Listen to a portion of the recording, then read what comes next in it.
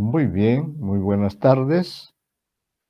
Estamos hoy 2 de agosto del año 22, martes.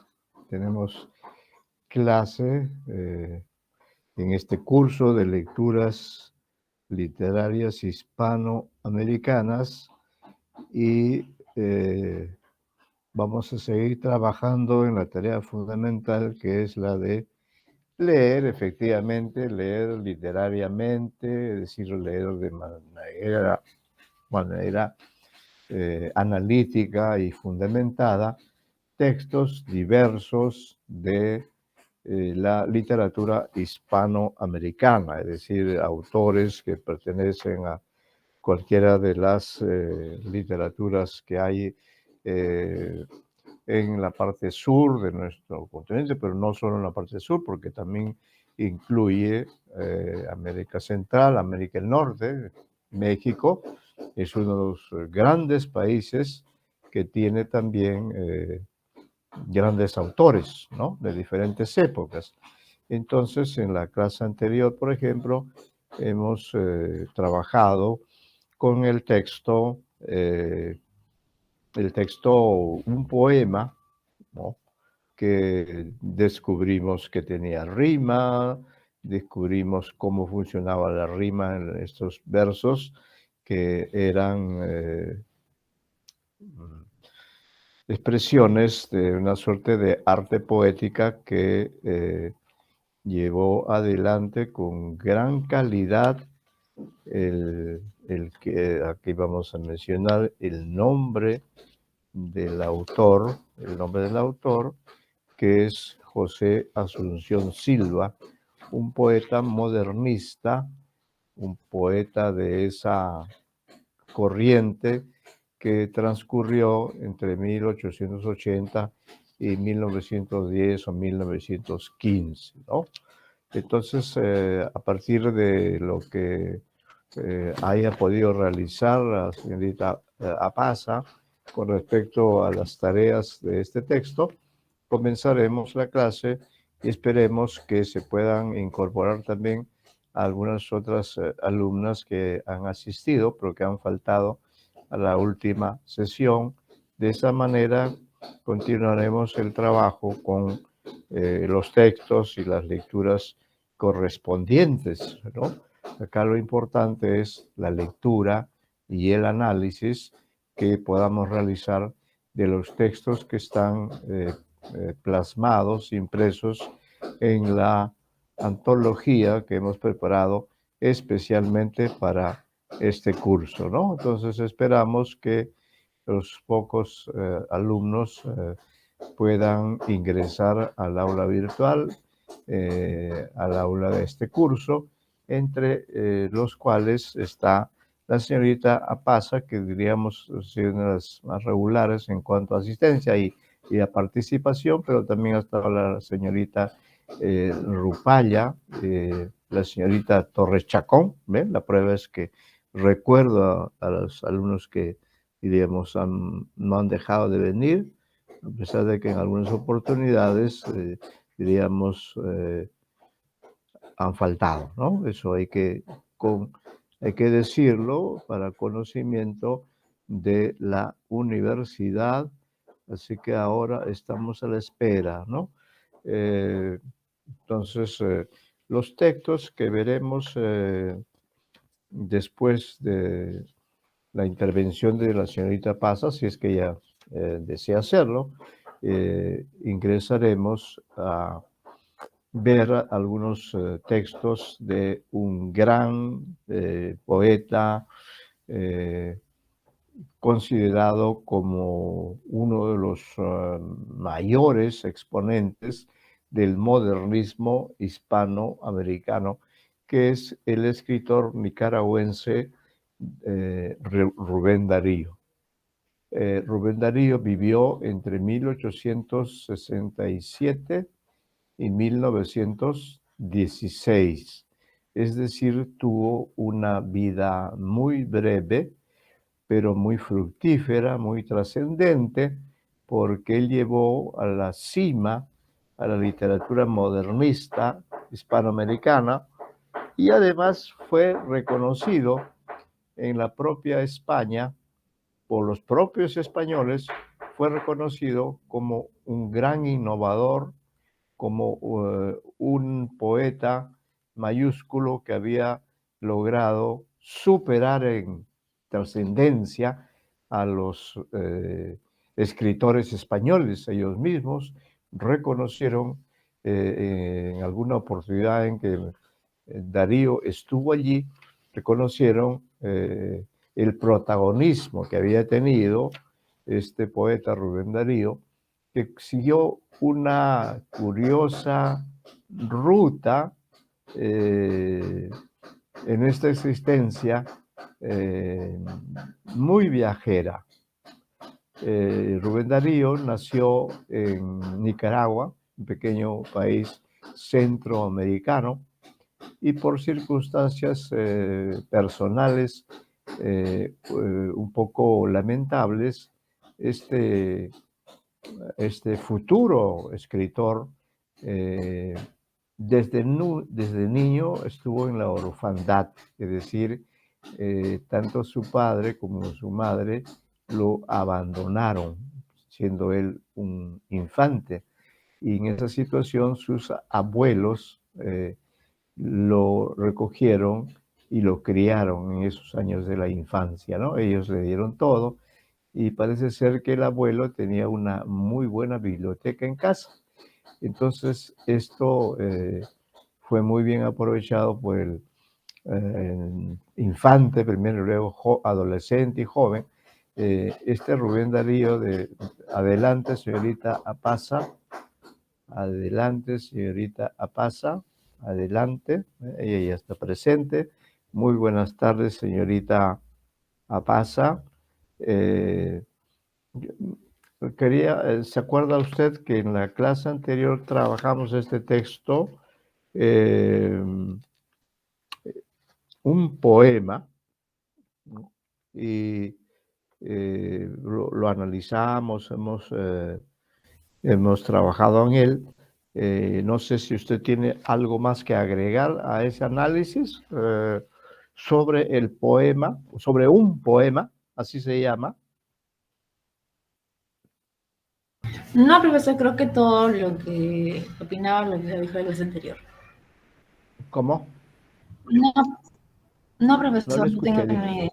Ya, ya, ya. Bueno, entonces, en ese caso, vamos a continuar con la lectura de algunos textos que vienen a partir de la página 58. Son textos de Rubén Darío, dice Rubén Darío, 1867-1916, prosa y poesía clásico y renovador. Y dice debajo azul, ¿no? Antes de entrar a la lectura de los textos, quisiera recordar algunos datos referentes a Rubén Darío, que es el autor de los textos con los que trabajaremos, ¿no? Entonces señalaba que Rubén Darío nació en Nicaragua en 1867 y por esas circunstancias que le ocurren a cada ser humano, él fue abandonado siendo un infante, un niño, fue abandonado por sus padres, ¿no? Que lo dejaron, se fueron, se marcharon y quienes lo criaron fueron sus abuelos. Ellos le dieron todo lo indispensable para que este niño pudiera crecer, pudiera alimentarse. Al mismo tiempo, este niño nació con una inclinación hacia las letras, hacia la literatura. Se dio el caso de que su abuelo, ¿no? En su casa tenía una muy buena biblioteca. Entonces, este niño frecuentó mucho esa biblioteca, leyó muchos autores, muchas obras, muchos libros, se enriqueció con todos estos libros de la biblioteca de su abuelo y seguramente la soledad en la que vivía hizo que él pudiera trabajar una enorme cantidad de libros que luego le darían a él una soltura, una facilidad para crear, sea a través del verso como a través de la prosa. Entonces Darío es grande, ¿no? Grande en la poesía y en la prosa. Y siguiendo con algunos datos referentes a su vida, Rubén Darío muy pronto se hizo popular en su país, especialmente en Metapa, si no me equivoco, que es donde nació, ¿no? Muy pronto, entonces, por sus intervenciones públicas, por el hecho de que él, siendo muy, muy jovencito, todavía de 10 años, algo así, él ya comenzó a ser llamado el niño poeta, el niño poeta. Entonces, de ahí en adelante, desde la adolescencia, él comenzó a publicar en periódicos de Nicaragua, eh, y de pronto esta fama, esta celebridad temprana de Julio Ramón, de Rubén Darío, permitió que los demás países también se interesaran por la presencia de Rubén Darío. Así fue que Darío fue invitado por varios países centroamericanos, Guatemala, El Salvador, todos lo tenían como un prodigio, como un representante de la literatura centroamericana. Y en esa situación, Rubén Darío pues fue ampliando sus contactos, ya había alcanzado la juventud y él veía que su destino estaba en ser poeta, en crear poesía. Y comenzó a hacerlo también desde muy jovencito. Y en esas circunstancias, luego de haber creado ya algunos textos, ¿no? Decidió él abandonar Centroamérica y se fue a Chile, Santiago, Chile, que era una capital importante, una capital sudamericana que lo acogió, ¿no? Algunos amigos que vivían en Santiago de Chile lo acogieron. Probablemente él debe haber llegado a Santiago de Chile en 1800, algo así con 1800, vamos a decir 82, por decir, no tengo acá el dato exacto, pero lo importante es que llegó a Chile, fue acogido por amigos, de ese modo consiguió ser colaborador de varios diarios, y pudo subsistir seguramente en condiciones muy austeras, pero esto no le impidió tomar contacto con los principales escritores, intelectuales, pensadores, artistas de Santiago de Chile, y él allí comenzó también diríamos, comenzó a publicar sus primeros libros. Así es como él publicó, por ejemplo, un libro llamado Rimas, que en su título muestra la gran admiración que Rubén Darío tenía por Gustavo Adolfo Bécquer, ¿no? Bueno, publicó en el año 86 y el año 88 es un año clave en la literatura de Rubén Darío y en la literatura hispanoamericana, que es la que estamos conociendo, porque en ese libro llamado Azul, que es el nombre emblemático de, el nombre emblemático, el color emblemático del modernismo, allí él presenta este libro llamado Azul en 1888. Este es un libro que curioso porque tiene una parte dedicada a la prosa, hay una especie de cuentos, ¿no? Textos en prosa, textos narrativos, y hay otra parte donde están sus poemas. Entonces Azul combina textos de dos géneros, tanto del género narrativo, de los cuentos, y del género de la poesía lírica. Eso es lo que ocurre con ese primer libro, importante libro, que tiene una repercusión inmediata, no solo en Hispanoamérica, sino también en Europa, porque Darío había tenido, diríamos, la idea, la previsión de enviar algunos ejemplares de ese libro a España precisamente, ¿no? Porque España era en esos tiempos la literatura principal, allí estaban los críticos, y entonces Rubén Darío envió especialmente a un crítico apellidado Valera, no sé si es Juan o Luis, pero era un crítico famoso que estaba eh, ubicado en España, le envió un ejemplar, ¿no? Un libro de esa edición de Azul.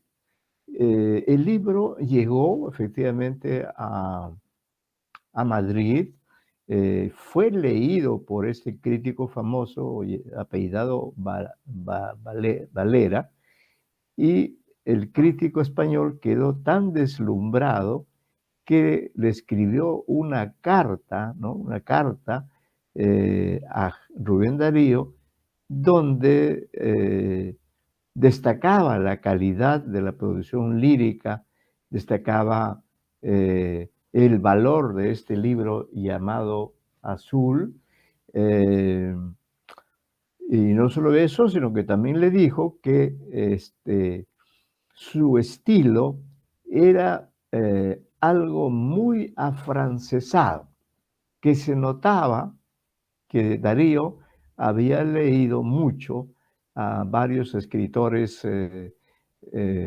europeos, Baudelaire, Catull Méndez, Teófilo Gautier, etc., y que esas lecturas de literatura francesa habían influido en su ánimo, ¿no?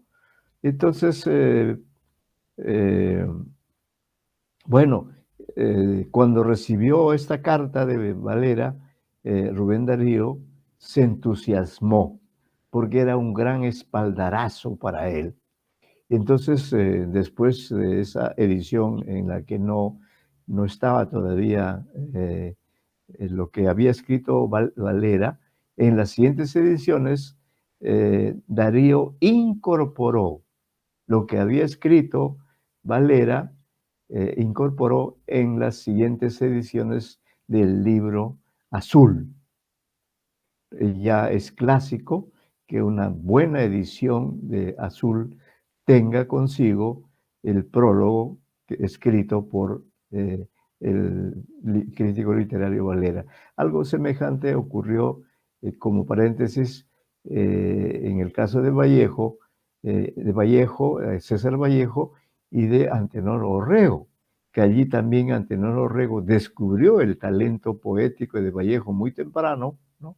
Escribió textos críticos acerca de poemas o del libro Los Heraldos Negros, pero cuando iba a salir Trilce, el libro de Vallejo que está cumpliendo 100 años de existencia literaria, allí Vallejo le pidió a Antenor Orrego que escribiera un prólogo que él incluiría dentro de ese volumen. Y eso efectivamente ocurrió, ¿no? Y ese famoso prólogo debe estar en toda buena edición de Trilce. Eso es algo que ustedes, estudiantes de literatura, deben saber.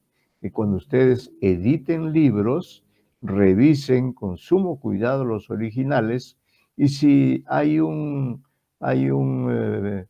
prólogo, una introducción, hay que incorporarla al volumen tal cual, que no haya errores, como en este libro mío que ustedes conocen, lo he citado en el curso anterior, Julio Ramón Ribeiro, creador de dos mundos narrativos, Perú y Europa, ¿no? Y aquí, en este texto, pues existe un prólogo, ¿no? El prólogo está escrito por nada menos que Ricardo González Vigil, que es el crítico literario más importante del Perú, y él tuvo la amabilidad de hacer un prólogo, ¿no? Que está entre las páginas 11 y 13, ¿no? En la parte correspondiente al prólogo. Bueno, entonces, siguiendo con Rubén Darío y sus inicios literarios, como repetimos, Valera encontró que, que Rubén Darío era muy afrancesado en su estilo, eh, en su sensibilidad, en su visión del mundo. Uh, y entonces la prueba es que en su libro azul, en la parte correspondiente a las prosas, a los textos narrativos, y la parte que de alguna forma puede considerarse como los relatos que trabajó Rubén Darío, se puede ver en este texto que yo lo voy a leer y usted hará algunos comentarios. Se puede, lo curioso es que precisamente lo que prueba el gran cariño, la gran identificación que tenía Rubén Darío con Francia, en especial con París, es que escribió un texto, ¿no? Un texto que está ambientado eh, en París, ¿no? Yo lo voy a leer, siga usted con atención, señorita Apaza, y luego usted me hace algunos comentarios, ¿no? Este es un cuento original, es un cuento que permite apreciar la calidad de la prosa de Rubén Darío, ¿no? En su primer libro, Azul. Ya sabemos que posteriormente él publicó otro gran libro que se llama Prosas Profanas. Eso ocurrió en 1896. Viajó a Europa, a España específicamente, y allí publicó en 1905 su libro Cantos de Vida y Esperanza, ¿no? Que es prácticamente el tercer gran libro de poemas que escribe Darío y que se mantiene vigente hasta hoy, ¿no? Pero para combinar entonces el enfoque histórico con la lectura de los textos mismos, vamos a leer este texto que está en el libro azul, en la parte en que Rubén Darío agrupa eh, los textos narrativos, los textos que equivalen a cuentos. Le voy a agradecer especialmente que usted trate de apreciar la prosa, el estilo, la historia en sí misma. Usted tiene una serie de categorías, de criterios con los cuales evaluar, y entonces vamos a darle lectura a este texto, ¿no? Que tiene algunas páginas, que usted lo tiene en su material, que va desde la página 58 hasta la página 63, ¿no? Es un texto no es tan extenso, pero tampoco es tan breve. Así que le pido a usted que mientras yo voy leyendo, usted va anotando datos acerca de el narrador, la temporalidad, la especialidad, los personajes, ¿no? Acabamos de tener una clase en el curso anterior del taller de crítica, donde hemos dialogado acerca de el relato Demetrio, ¿no? Que también está ambientado en Europa. Entonces, la preferencia de nuestros escritores hispanoamericanos por París, por Europa, pero en especial por París y también por Madrid, ¿no? La preferencia de nuestros escritores es con esos países, ¿no? Entonces, Azul es un libro afrancesado. Es un libro que en la parte de la prosa se señala que hay un escritor francés que influyó muchísimo en el estilo de Rubén Darío. Este se llama Catull Méndez, ¿no? Entonces, la pregunta sería, una de las preguntas sería, eh, claro, tomando en cuenta lo que usted sabe, lo que usted conoce, ¿no?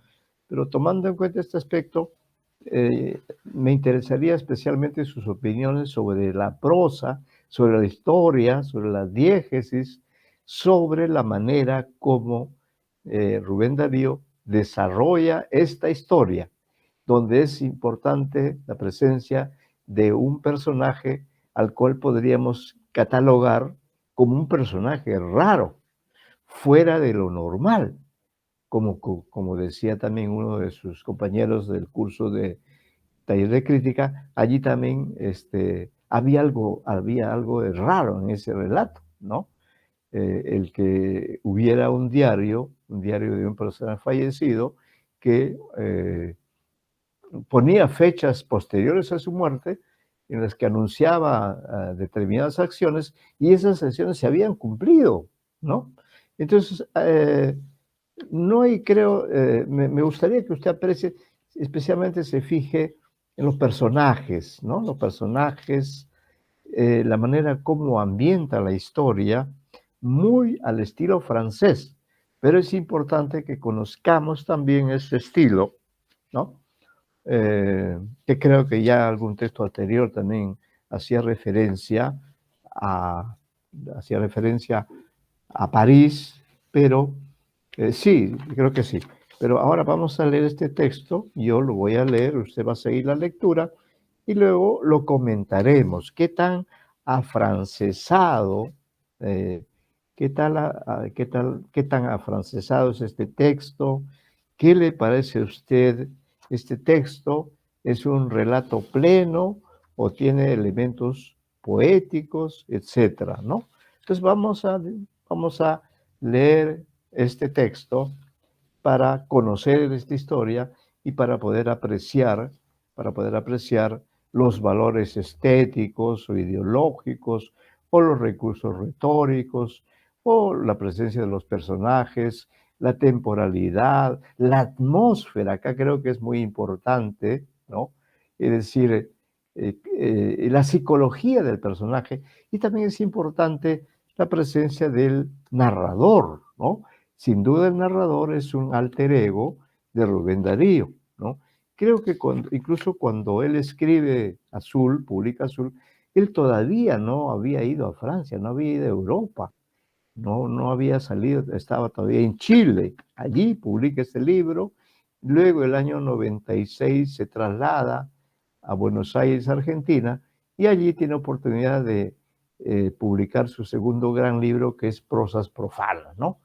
Pero es un libro posterior. En cambio, esta prosa que voy a leer está en su libro Azul de 1888. Entonces, me interesa que usted lo lea tomando en cuenta que en esta historia Darío trata de recrear literariamente la ciudad de París, o en todo caso a unos personajes un poco extraños que viven en la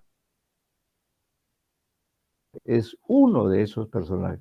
Por eso los nombres, los espacios, las costumbres, todo eso es de carácter afrancesado, ¿no? Es un mundo afrancesado, pero un estudiante de literatura no debe desconocer todos los textos de Azul, de prosas profanas, de cantos de vida y esperanza. Leo entonces, sin más el texto, para ver qué comentarios le sugiere a usted. Usted quizá, no lo sé, habla francés, ha leído autores franceses. En todo caso, aquí está la lectura. He aquí la lectura. Decimos nosotros, dáteme lectura, como diría Gioconda Belli. Comenzamos. París es teatro divertido y terrible. Entre los concurrentes al Café Plombier, es un dato importante, el Café Plombier, buenos y decididos muchachos, ¿ve? Son jóvenes los personajes, pintores, escultores, escritores, poetas, sí, todos buscando el viejo laurel verde. Ningún más querido que aquel pobre Garcín, así lo vamos a pronunciar. Ninguno más querido que aquel pobre Garcín, triste casi siempre, buen bebedor de ajenjo, soñador que nunca se emborracha y como bohemia intachable, bravo, improvisador. En el cuartucho destartalado de nuestras alegres reuniones, guardaba el yeso de las paredes entre los esbozos y rasgos de futuro de Delacroix. Me permito leer la cita 21, dice Delacroix Eugenio, 1799-1865, pintor francés, potente colorista, gran renovador. Fue el jefe de la escuela romántica, ¿no? Muy bien. Entonces dicen, el cuartucho destartalado, nuestras alegres reuniones, ya vemos que son en realidad jóvenes que quizá no sean parisinos, sino sean migrantes hispanoamericanos que se reúnen, ¿no? Eso también hay que tomar en cuenta desde ya. Bueno, dicen, el cuartucho destartalado de nuestras alegres reuniones guardaba el yeso de las paredes entre los esbozos y rasgos de futuro de Delacroix, versos, estrofas enteras escritas en la letra echada y gruesa de nuestro pájaro azul. Ojo con esta expresión. El pájaro azul era el pobre Garcín. Ojo con el pájaro, ojo con esta expresión. El pájaro azul era el pobre Garcín. ¿No sabéis por qué se llamaba así? Nosotros le bautizamos con ese nombre. Ello no fue un simple capricho. Aquel excelente muchacho tenía el vino triste, Cuando le preguntábamos por qué, cuando todos reíamos como insensatos o como chiquelos, él arrugaba el ceño y miraba fijamente el cielo raso y nos respondía sonriendo con cierta amargura. Esto que dice Garcín es importante, recuérdenlo, dice. ¿Qué le dice, no? Camaradas, habéis de saber que tengo un pájaro azul en el cerebro. Por consiguiente, punto suspensivo. Esta es una frase clave. Habéis de saber que tengo un pájaro azul en el cerebro. Esto ya de hecho es un elemento fantástico, ¿no? Como en el cuento de Demetrio, pero si él afirma eso, es por algo, que es lo que vamos a descubrir, ¿no? Camarada. Entonces, luego dice, sucedía, sigue el narrador hablando de este personaje Garcín, llamado así, sucedía también que gustaba de ir a las campiñas nuevas al entrar la primavera. El aire del bosque hacía bien a sus pulmones, según nos decía el poeta, ¿no? O sea, este Garcín era un poeta. De sus excursiones solía traernos racimos de violetas y gruesos cuadernillos de madrigales escritos al ruido de las hojas y bajo el ancho cielo sin nubes.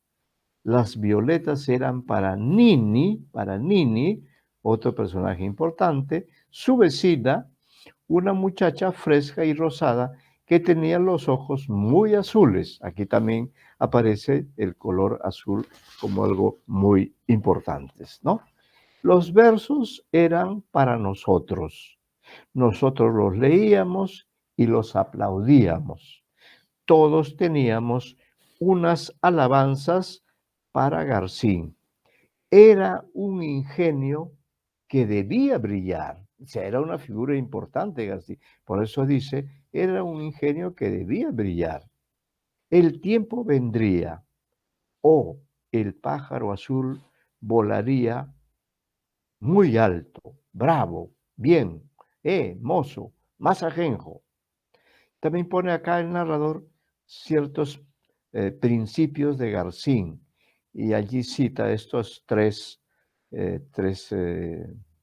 líneas. Dice, es un pequeño poema de Garcín, dice, de las flores, las lindas campánulas, entre las piedras preciosas, el zafiro, de las inmensidades, el cielo y el amor, es decir, las pupilas de Nini. Nini es en realidad Nini, ¿no?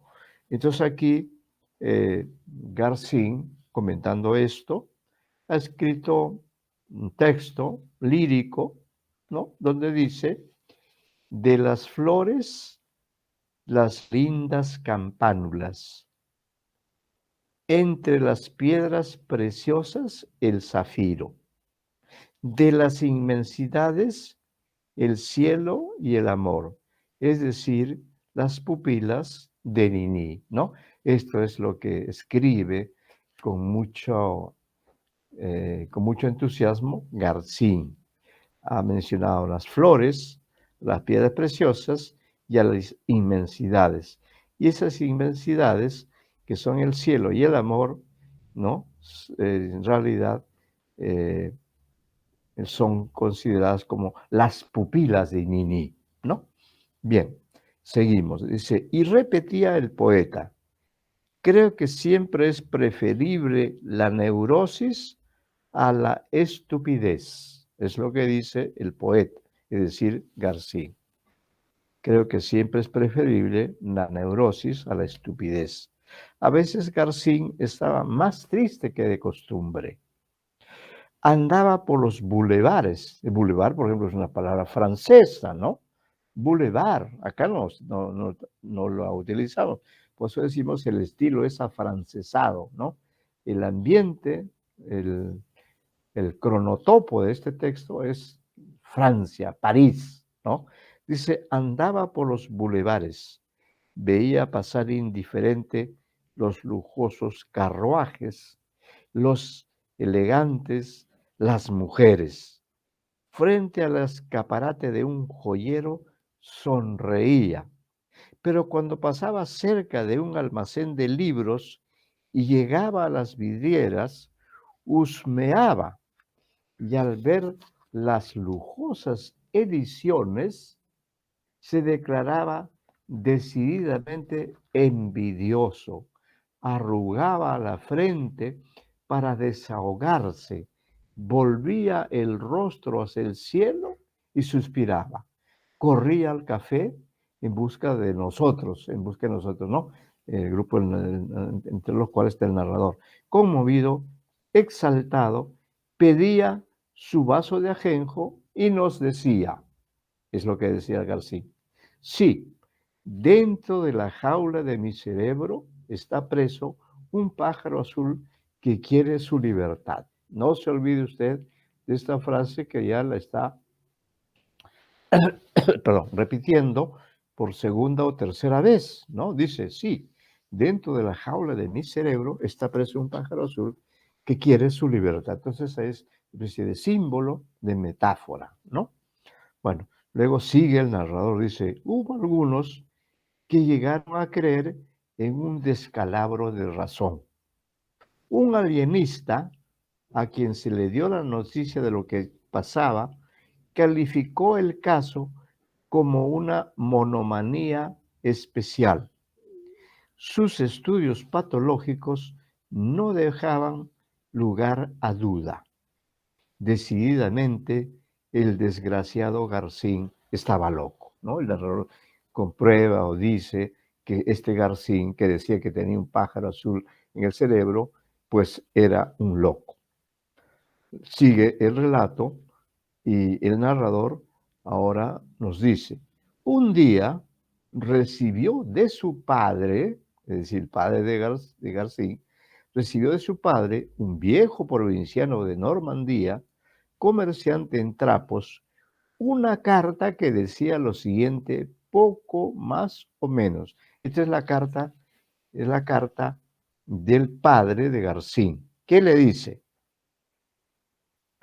Y él se la lee, por supuesto, a sus amigos, de los cuales está el narrador.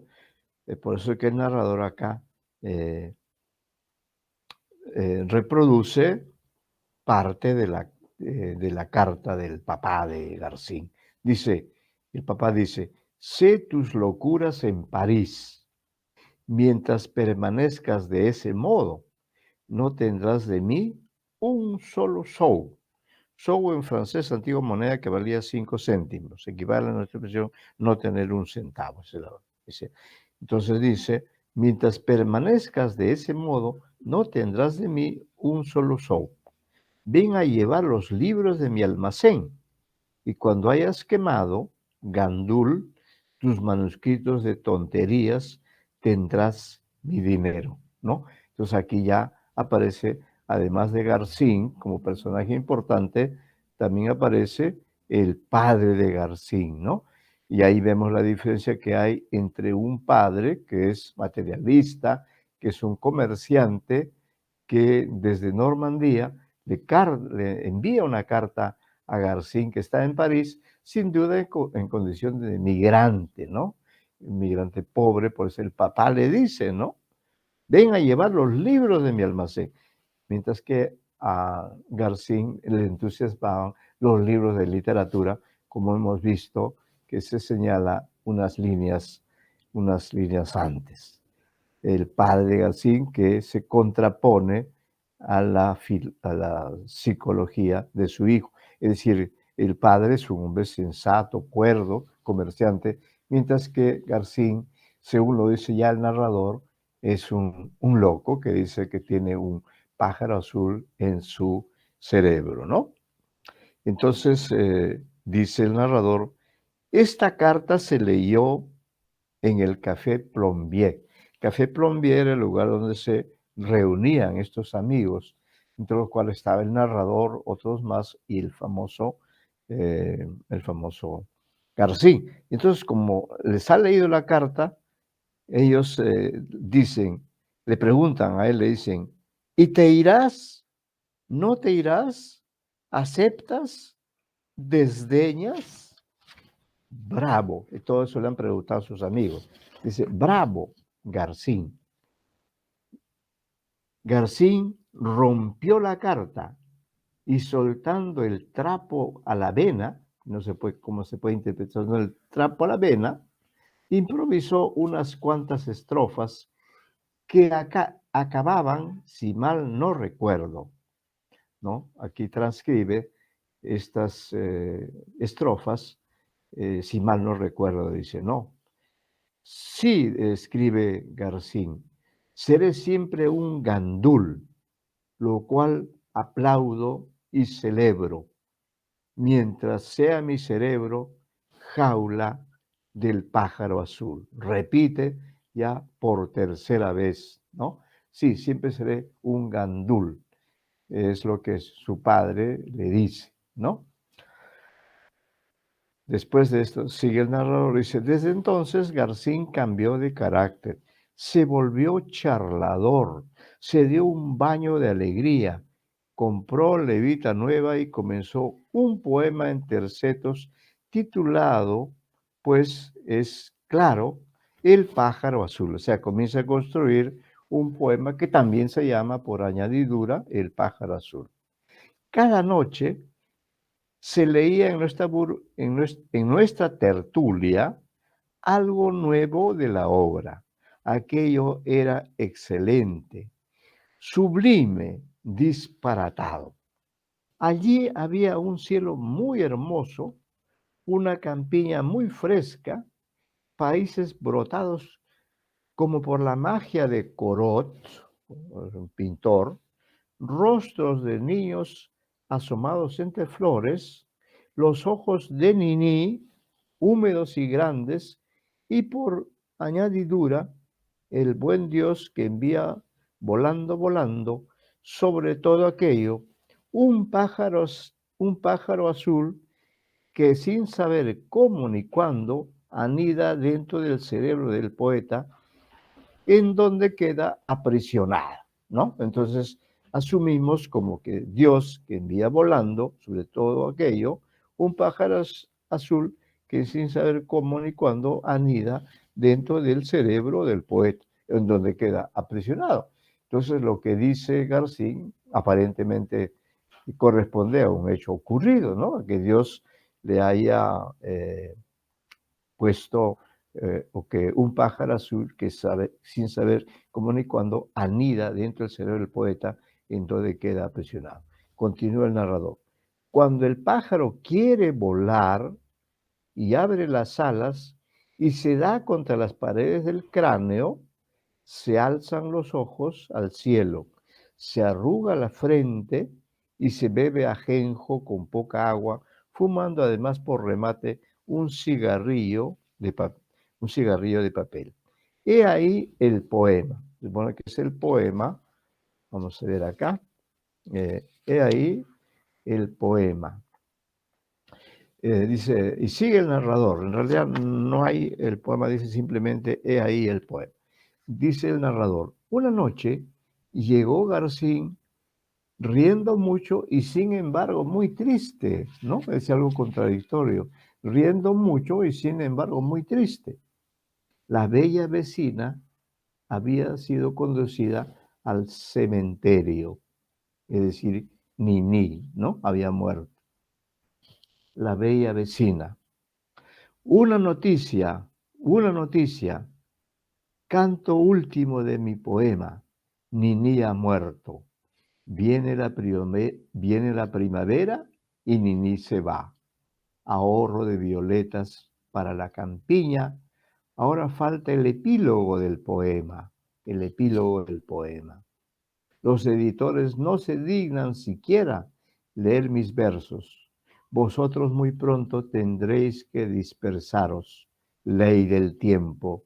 El epílogo debe titularse así: de cómo el pájaro azul alza su vuelo al cielo azul, ¿no? Entonces allí anuncia García a sus amigos que está construyendo este verso, parece ser que en homenaje a Niní, que ha muerto, ¿no? Y entonces él dice que el epílogo debe titularse así: de cómo el pájaro azul alza su vuelo al cielo azul, ¿no? Es decir, cómo sale de ese cerebro de García. Plena primavera. Entonces estamos acá, como ven, el tiempo, las estaciones son muy importantes en este texto.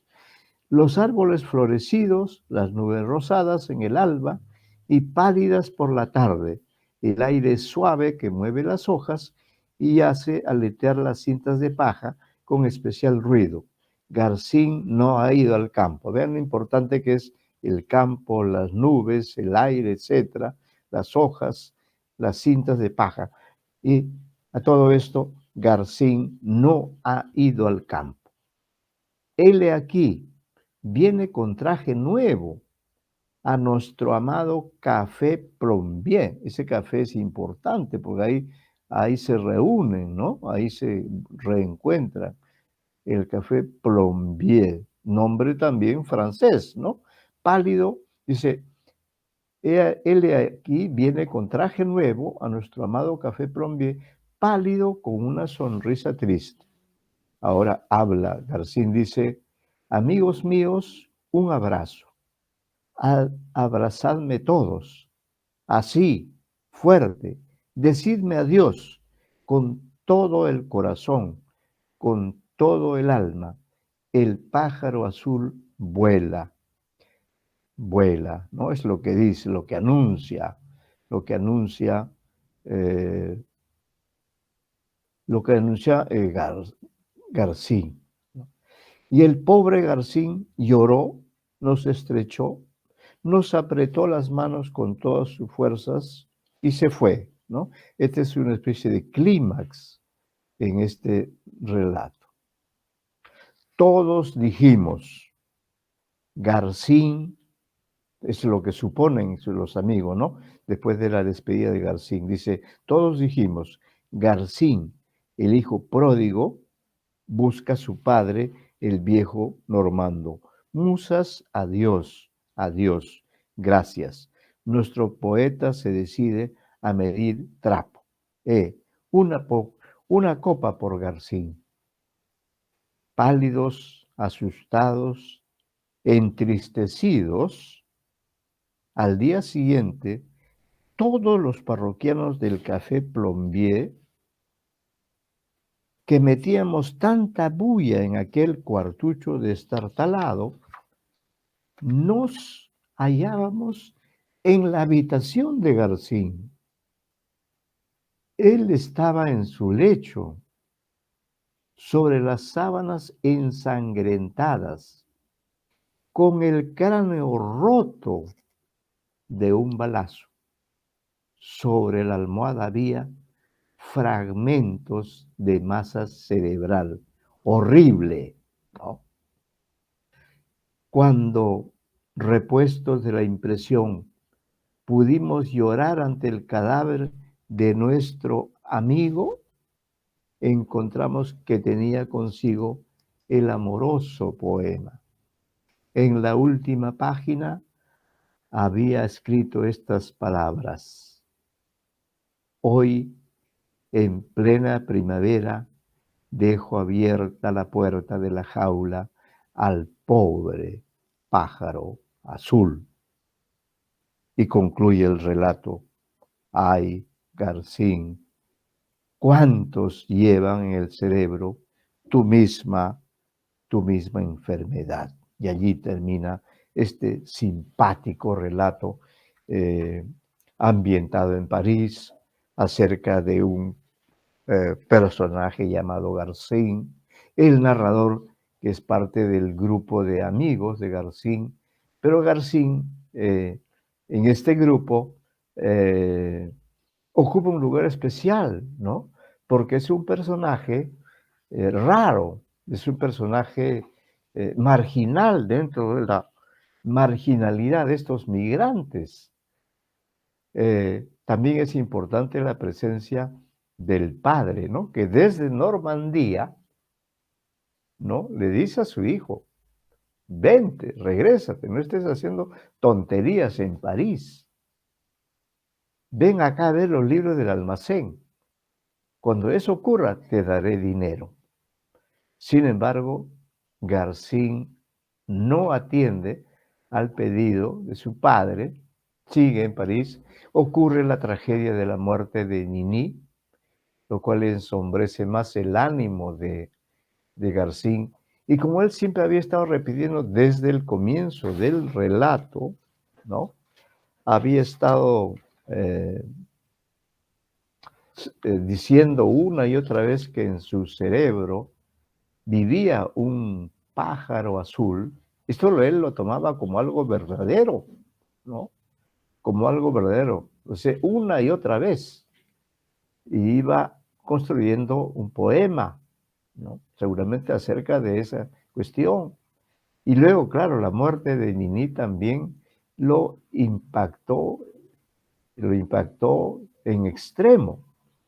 Y cuando todos pensaban, porque en algún momento se reúnen en el Café Plombier, cuando todos pensaban que él había decidido obedecer a su padre y volver a Normandía para trabajar como un simple, como un simple empleado, ¿no? Y entonces los amigos decían, caray, qué pena, adiós las musas, adiós la poesía, estaban entristecidos, pensaban que las palabras del padre lo habían hecho renunciar a ese objetivo obsesivo que él tenía sobre la existencia de un pájaro azul que estaba anidado en su cerebro. Entonces, los hechos posteriores indican, los hechos finales, ¿no? Nos llevan hasta la presencia de todos estos jóvenes, entre ellos el narrador, y ellos van hasta el cuarto o el cuartucho en el que vivía Garcín, y ahí se encuentran con esta tragedia. Garcín se ha disparado un balazo a su cerebro. El cerebro se ha destrozado, está por ahí la masa cerebral, y ellos lloran, se dan cuenta que Garcín no ha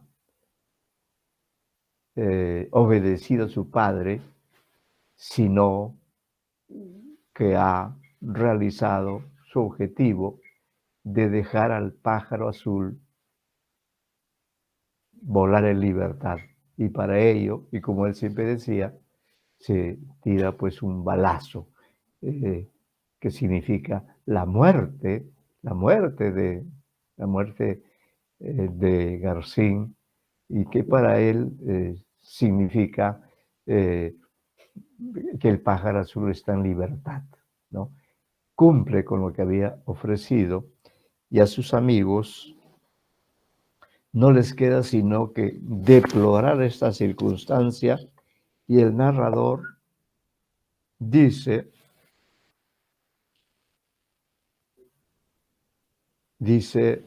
ay, Garcín, ¿cuántos llevan en el cerebro tu misma enfermedad?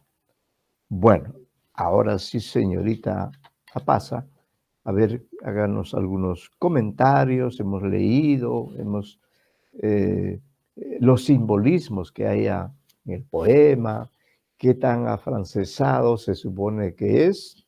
Bueno, hay argumentos sólidos para declarar que efectivamente, ¿no?, la historia transcurre en París, y si bien el texto está escrito en español, sin embargo hay varias palabras francesas, ¿no? El café Plombier, que es uno de los lugares mencionados, todos ellos, ¿no?, eh, son personajes, se habla de los bulevares, es decir, el cuento está ambientado en París, en un país literario. Ahora, sin duda, si recordamos a dos escritores, y ahí podríamos hacer una comparación, si mencionamos a dos escritores, César Vallejo y Julio Ramón Ribeiro, que son escritores del siglo XX, ¿no?, diríamos que este Garcín es un antecedente de nuestros autores que también se obsesionaron con París. Quizá Vallejo también tenía la misma enfermedad, y el propio Ribeiro también, porque Ribeiro ha escrito muchos cuentos ambientados en París, y precisamente uno de los que quizá podíamos leer, no sé si ahora o la próxima clase, podíamos leer textos también de Vallejo y de Ribeiro. Entonces, diríamos, es interesante el texto, es muy simbólico. Efectivamente, toda la historia está ambientada, desarrollada, eh, construida magistralmente eh, en París, ¿no? Quizá cuando él escribe el poema o escribe el relato, él todavía no haya conocido, no había ido, no había viajado a París. Sin embargo, estaba tan compenetrado con lo francés, que se atrevió a escribir este cuento ambientado en París. ciudad que por supuesto luego conocería Rubén Darío en años posteriores, ¿no? Pero puedo asegurar que este cuento no es producto de la permanencia de Darío en París, ¿no? No es una historia que él vivió en París con estos personajes, sino es una expresión más de lo compenetrado que está él con lo francés, lo parisino especialmente, y dentro de ello, diríamos también, hay que destacar que los personajes son, en su generalidad, son artistas, ¿no? Son escritores, pintores, escultores, todo es, todo huele a París, como también le ocurrió a Vallejo y a Ribeiro, que han escrito textos magistrales sobre esta ciudad mítica que se llama París y que desde siempre ha sido un objeto del deseo de muchas personas. Todas las personas han querido viajar a París y justamente el relato que habíamos mencionado en el curso anterior, la juventud en esta ribera, también está ambientado plenamente en París por un narrador, ¿no? Un narrador que es un alter ego de Julio Ramón Ribeiro, y allí también el protagonista muere, pero eh, muere asesinado por una serie de personajes, ¿no? Es un cuento interesante. Bueno, pero sí me gustaría los comentarios, qué le ha parecido este texto de Rubén Darío, con el cual hemos iniciado, ¿no? La lectura. Habría, claro, que leer también otros textos en todo caso, queda ya como tarea a mediano plazo para usted la de leer completamente Azul, ¿no? Y es un libro que yo conozco, que he leído muchas veces, pero curiosamente o lamentablemente se ha extraviado, ha desaparecido mi ejemplar, así que una de mis próximas adquisiciones en la librería será una buena edición del libro Azul, para recordar sobre todo también el prólogo de Juan Valera, que como hemos dicho, escribió un prólogo que Rubén Darío incorporó en su libro Azul. Bueno, dados todos estos comentarios, ¿cuáles serían sus apreciaciones? Todo lo que usted quiera. De paso le preguntaría si usted conoce París, ha ido a París. Puede usted, en fin, hacer todas las observaciones que quiera hacer, pero creo que hemos cumplido con el objetivo de leer en forma activa, en forma dinámica, leer esta historia. Tiene un simbolismo también, ¿no? Es una historia fraguada, como digo, hecha antes de que Rubén Darío conociera la ciudad luz. Y sin embargo, qué bien la recrea, ¿no? Qué bien la elabora. Y crea ahí un personaje inolvidable, un personaje loco, ¿no? Que se parece mucho a otros locos de otros cuentos, ¿no? Y también reivindica claro, la preferencia de todo este grupo, ¿no? Todos están ahí en París, París es la ciudad de los sueños, pero ellos están allí sobre todo por razones eh, de carácter literario.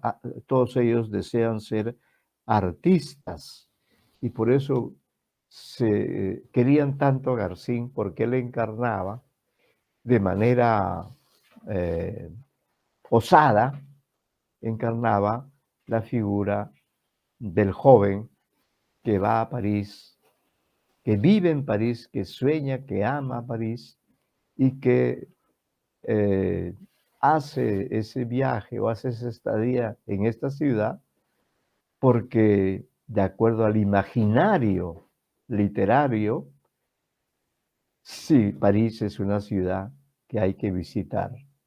Así como dicen los musulmanes que hay que ir a la Meca por lo menos una vez en la vida, así también diríamos nosotros, los hispanoamericanos, debemos ir alguna vez a París, ¿no? Que ha emocionado tanto, y no solo a Vallejo, a Ribeiro, sino también a Mario Vargas Llosa, ¿no? También él ha sido enamorado por París, aunque ahora está en Madrid. Vargas Llosa, Alfredo Bryce, y bueno, muchos podrían seguir los nombres que podríamos anotar, porque ¿quién no ha estado en París, no? Señorita Pasa, tiene usted el uso de la palabra. Buenas tardes, profesor. Bueno, la verdad es que jamás había leído algo en prosa de Rubén Darío, solamente había leído sus poemas, sus versos. La verdad es que me ha sorprendido muchísimo este pequeño relato, especialmente porque tiene un montón de simbología, pues, ¿no? Vemos que es el pájaro azul, en el El cual, pájaro azul. exacto, el pájaro azul que sabemos que es representativo de Rubén Darío, y cómo es que dentro de su historia se va evolucionando este pájaro, pues no va a transformarse primero de algún elemento de la naturaleza hasta hacer lo propio. Creo que respondiendo a su pregunta sobre si este texto es afrancesado, diría que por un lado puede retratar de buena manera París, pero no creo que esté pero tan apegado con ello. Creo que quizás podría adoptar ciertas recursos franceses. Vamos a ver que la apertura prácticamente el modernismo acá Sí.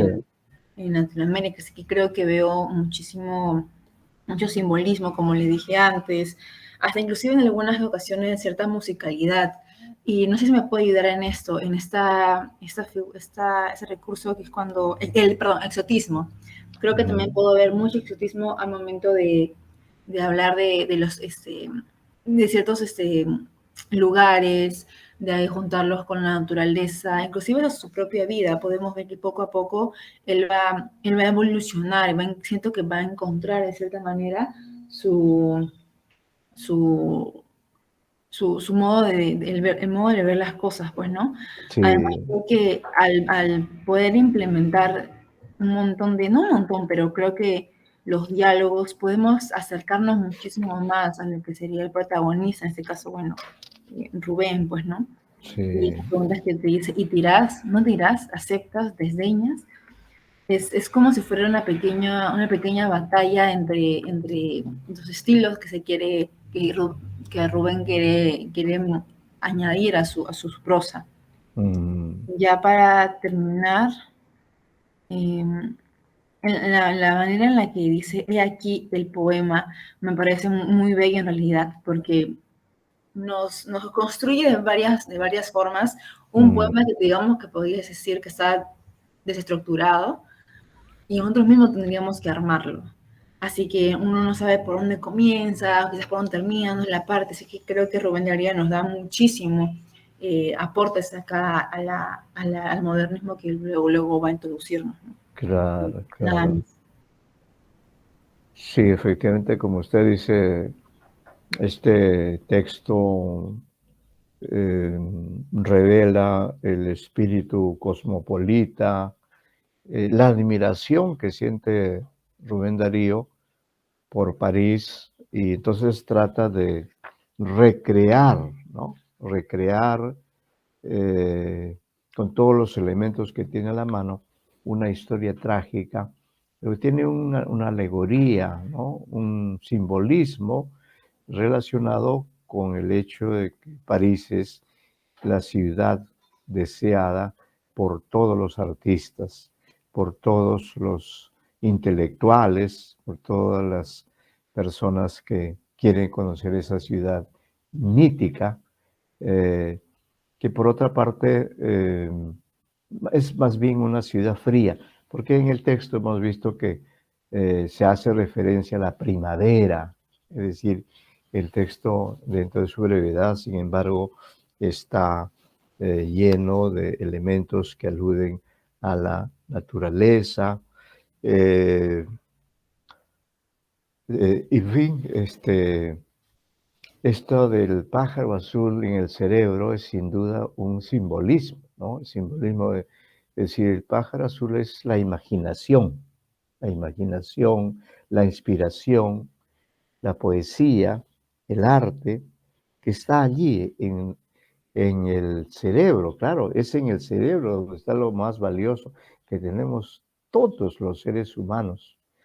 Pero Garcín es un personaje obsesivo, loco, raro, y que toma esta expresión que pronuncia varias veces, según la cual un pájaro azul está encerrado en su cerebro y desea la libertad.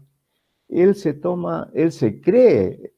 cree en esa situación, cree en ese hecho, cree literalmente que el pájaro azul está en su cerebro, que quizás Dios de alguna forma ha hecho que ese pájaro azul se anide en el cerebro de Garcín.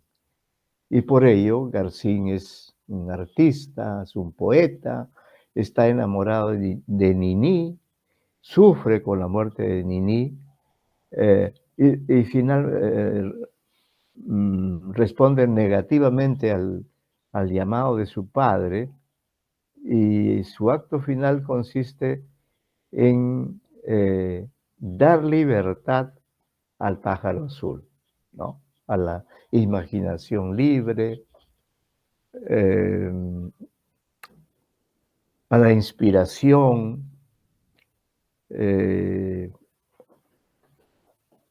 a la poética, que va a ser posible la creación de todos estos textos que están marcados siempre por la prosa o el verso de Rubén Darío. En todo caso, como señalo, es recomendable, es aconsejable leer este texto, ¿no? Leer este texto y los otros de Azul, y leer también los poemas de Azul, porque ahí en los poemas él, por ejemplo, hace referencia a las estaciones, ¿no? Hay poemas que se llaman otoño, primavera, invierno. Eso siempre fue importante para Rubén Darío, ¿no? Los tópicos, estos referentes a las estaciones que influyen en las personas, ¿no? Todo lo bello, todo lo artístico, todo lo estético está contenido en París, y por eso produce una gran emoción estética en todas las personas, y Rubén Darío pues no puede estar ajeno a esta adoración a París, y siendo él uno de los representantes más importantes del modernismo, escribe estas prosas en su libro Azul, que realmente con el transcurrir del tiempo, incluso en pleno siglo XIX, ya fue considerado como uno de los clásicos de la literatura hispanoamericana, una de las obras cumbres del modernismo. Y luego ya con este libro, luego él dejó Chile, donde había permanecido varios años y donde publicó su libro Azul, dejó Chile y se pasó a la Argentina, ¿no? Y las relaciones con Argentina fueron muy estrechas, sumamente estrechas, de modo que él permaneció allí trabajando principalmente como periodista para el diario La Nación, el diario más importante de Buenos Aires, fundado por la familia Mitre, así como acá en el Perú tenemos al comercio fundado por la familia Miró Quesada y que mantienen hasta ahora la propiedad de ese diario. Igual pasa con La Nación, un diario que existe hasta hoy y que supongo yo la familia que administra este más que centenario periódico es alguien que se apellida eh, el apellido de Mitre, ¿no? Mitre, que me parece que también él, Bartolomé Mitre, participó de las actividades del modernismo y llegó a ser, si no me equivoco, presidente de la Argentina, de modo que es una personalidad muy distinguida. Bueno, entonces en París, como hemos indicado, él continuó con su labor creativa, tuvo bastante éxito por los amigos que lo rodeaban, la gente que le daba trabajo, que lo invitaba, eh, y allí en 1896, es decir, cuando eh, faltaban pocos años para que termine el siglo XIX, ¿no? Darío publicó en Buenos Aires su segundo gran libro, que se llama Prosas profanas y otros poemas. Allí en nuestro material se ha repetido la expresión y otros poemas se ha repetido 2 veces, ¿no? Entonces allí debe usted tachar eso que dice y otros poemas, ¿no? No puede estar 2 veces. 1896 y 1901, ¿no? En esos años. Bueno, entonces se sabe por la información que el libro fue presentado en Buenos Aires por todo lo alto, con todos los honores, y que la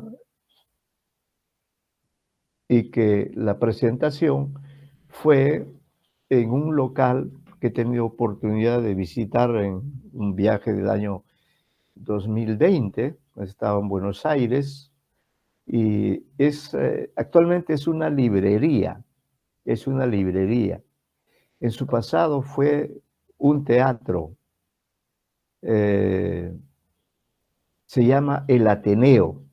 Entonces, en aquellos tiempos en que ocurre la presentación de prosas profanas, el Ateneo es un lugar importante, un lugar donde van los intelectuales, los escritores, los poetas, los artistas, se reúnen constantemente allí, en ese maravilloso lugar que se conserva hasta hoy, pero que es una librería, pero a la vez parece también y es una sala de teatro.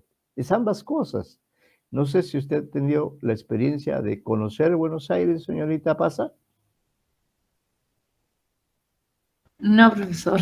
Bueno, ya irá usted, póngalo en su agenda, ponga en su agenda, viaje a Buenos Aires y cuando vaya a Buenos Aires, bueno, tiene muchos sitios para visitar, pero entre ellos estaría esta librería que existe hasta hoy. He comprado el año 20 algunos libros allí, entonces allí fue la presentación, por eso subrayo ese hecho, ¿no? Subrayo la circunstancia. Los lugares son importantes, por cierto. París es importante, la Torre Eiffel es importante, el río Sena es importante. Y en 1896 eh, es importante, fue importante, sigue siendo también ahora, este, esta librería o este local llamado El Ateneo. Así cuando usted vaya a Buenos Aires, visite usted el Ateneo y allí usted se va a dar cuenta que si recorre la librería, los diferentes estantes, y luego sube, caminando por el ascensor, sube hasta el último piso, ¿no?, de ese edificio, se va a dar cuenta usted, si es que se ha tomado un café, porque hay una cafetería allí mismo, usted se dará cuenta que si usted ha hecho eso, ha recorrido los estantes y luego se ha tomado un café con un amigo, una amiga, al subir a ese último piso del Ateneo, usted se va a dar con la impresión de que ha estado en una librería. Claro que sí, a comprar algunos libros. Pero además desde donde está, ¿no? Se reproduce esta doble condición del Ateneo de ser una librería y al mismo tiempo el escenario de un teatro, ¿no? Porque cuando usted ha estado en la cafetería y ha estado sentada allí, es como si hubiera estado en el escenario de una obra teatral, ¿no? Esa es la idea. Entonces, en esa oportunidad, en esa fecha, es que se produce la lectura de un texto que leeremos en la próxima clase. Está en la página 63. Así que por ahora, señorita Apasa, le agradezco por su presencia, por su participación y damos por terminada la clase de hoy y nos vemos el jueves. Muy buenas tardes, señorita Apasa. Buenas tardes, profesor. Una pregunta. Sí, ¿Para este jueves es el trabajo final? el trabajo final se debe entregar este jueves. Ya, profesor. Igual que la vez pasada, Igual que para el parcial, ¿ya? Y esos trabajos se van a leer, pero eso ya será en la otra Listo, semana. profesor. Muchas gracias. Gracias. Gracias a usted.